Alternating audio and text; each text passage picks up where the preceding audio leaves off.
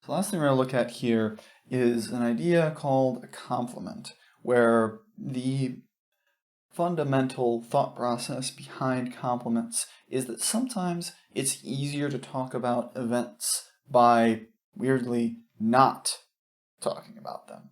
So to get a sense of this, let's think back to that survey on social media use, where if instead of finding 18 to 35, we wanted to find the probability of a respondent being older than 35, well, there's one way we could go about this, where we could look at all of our options above 35.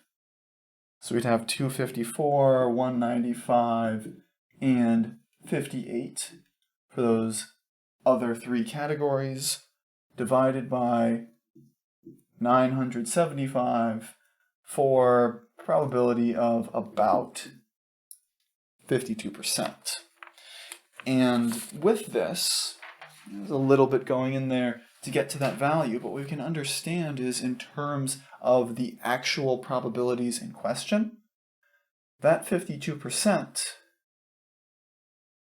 is also about 1 minus 0.48, or 1 minus the probability of 18 to 35, because everything other than 18 to 35 is the same as everything above 35.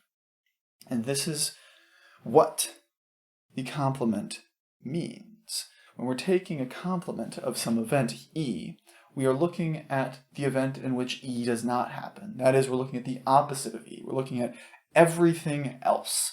And if we have some event E, we denote its complement E prime, where the key relationship here is that the probability of E plus the probability of E prime is always equal to 1, provided they've been properly defined. Because when we're looking at all of our options, if our choices are something happens or something doesn't happen, that actually covers all of our bases.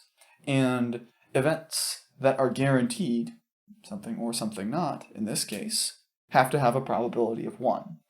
By itself, that's not entirely useful. It says something about the law of total probability, which is good, but really where this helps is that we can find the probability of some event E by looking for everything else. That is, the probability of E is 1 minus the probability of its complement, like we saw up here.